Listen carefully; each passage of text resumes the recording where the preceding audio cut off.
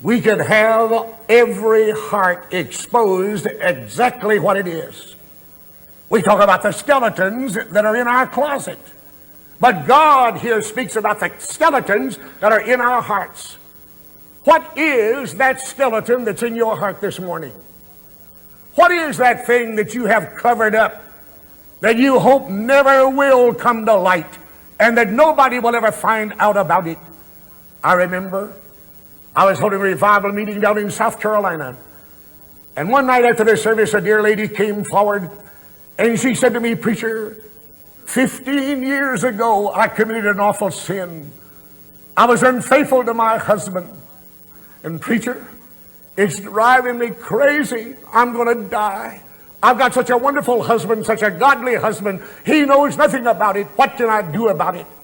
I said, "Just ask God to get that skeleton out of your heart. Ask Him to forgive you. Ask Him to wash that sin away with the blood of the Lord Jesus Christ, and then make it up to your husband by being the best wife that any man could ever have." She said, "Shouldn't I tell him?" I said, "No. No, don't break his heart. No, don't break his heart."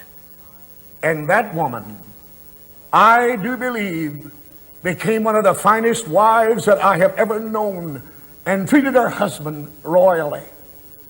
While I was pastor of the First Baptist Church in Fort Smith, Arkansas, one Sunday morning I gave an invitation. And down that aisle walked an officer in the United States Army, followed by his wife. When they came to the altar and I prayed with that officer, and he gave his heart to the Lord Jesus Christ, his wife said, "I am also lost." And I said, "Would you bow here and let me pray with you?" She said, "I can't.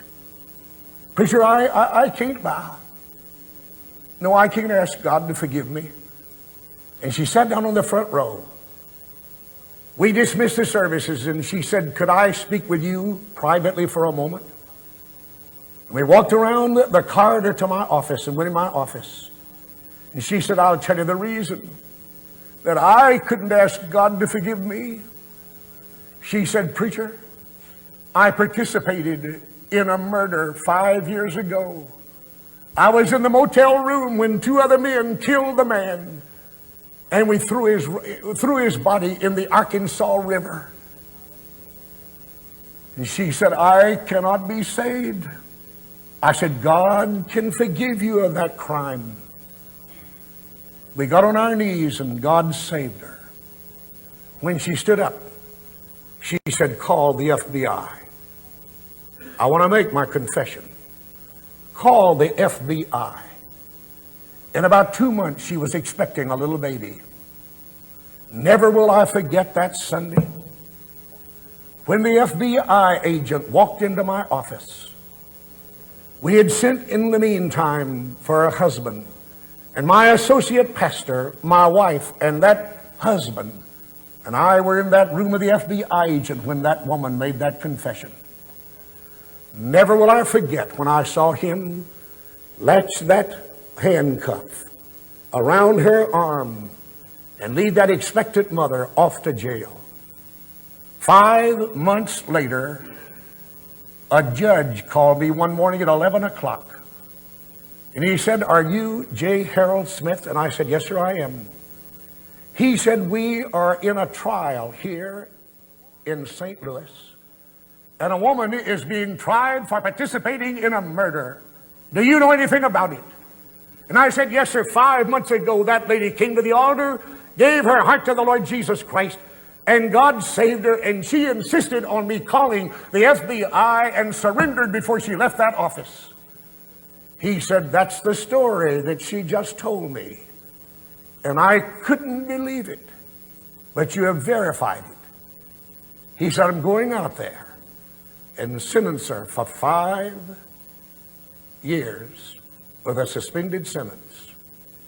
She has a little 2-month-old baby."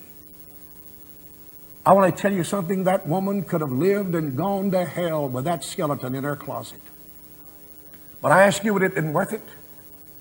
I believe with all of my heart that there's some people sitting here before me this morning, your conscience eats you like a worm. And I believe that some of you are sitting here before me this morning, and you'd rather be dead than almost live in the condition you're in. Why? Because of that guilty conscience. And I have a remedy. It's the blood of the Lord Jesus Christ. And when Jesus comes into your heart and redeems you and saves you, he not only forgives, but he forgets. And he wants you to blot that thing out of your mind and out of your memory. I believe that the skeletons in the closet of the hearts of men is one of the things that's making us so sick in our church.